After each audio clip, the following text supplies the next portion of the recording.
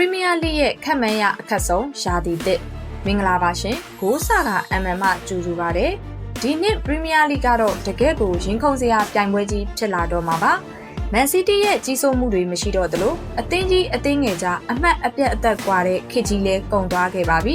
နီးပြသစ်တွေနဲ့စံချိန်တင်ကစားသမားအပြောင်းအရွှေ့တွေကြောင့်ဒီရာသီမှာဘယ်အသင်းမဆိုချန်ပီယံဖြစ်သွားနိုင်ပါတယ်ဘာလို့ဒီလိုပြောရတာလဲအဓိကအကြောင်းရင်း၄ချက်ကိုကြည့်လိုက်ရအောင်ပထမအချက်ကအသင်းကြီးတွေမှာနီးပြသစ်တွေရောက်လာတာပါ Big Six အသင်းတွေထဲမှာ၅သင်းဟာနီးပြသစ်တွေနဲ့ရာသီစရတော့မှာပါပတ်ထွက်သွားလို့ Man City မှာ Maresca ရောက်လာတယ်လို့ Chelsea မှာတော့ Xabi Alonso ဖြစ်လာခဲ့ပါပြီ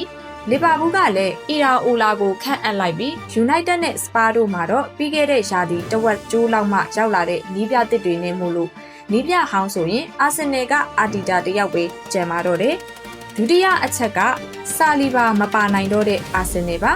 လက်ရှိချန်ပီယံ Arsenal အတွက်တော့အဓိကခံစစ်မှုဆာလီဘာနောက်ကျောဒဏ်ရာရသွားတာတော်တော်လေးထိခိုက်သွားပါတယ်ကိန်းဂဏန်းဤအရာဆာလီဘာပါရင် Arsenal ရဲ့နိုင်ပွဲက68ရာခိုင်နှုန်းကျော်ရှိပေမဲ့သူမပါရင်တော့49ရာခိုင်နှုန်းအထိကျသွားလိမ့်ရှိလို့ Arsenal အတွက်အတော်လေးရှင်ပူစရာပါပဲတတိယအချက်ကဥရောပပွဲစဉ်တွေပါဒီရာသီမှာ Chelsea နဲ့ Spurs တို့ကဥရောပပြိုင်ပွဲတွေမကစားရလို့ပွဲစဉ်နေပြီးအနားပိုရပါလိမ့်မယ် United ကတော့ပွဲတွေပိုများလာမှာမို့ကွင်းလယ်လူတွေခေါ်ယူထားပေမဲ့ဒီလူအင်အားနဲ့လုံလောက်ပါမလားဆိုတာစောင့်ကြည့်ရမှာပါစတုတ္ထအချက်ကတော့ပတ်စံအများကြီးတုံးထားတဲ့ Chelsea နဲ့ Spurs ပါ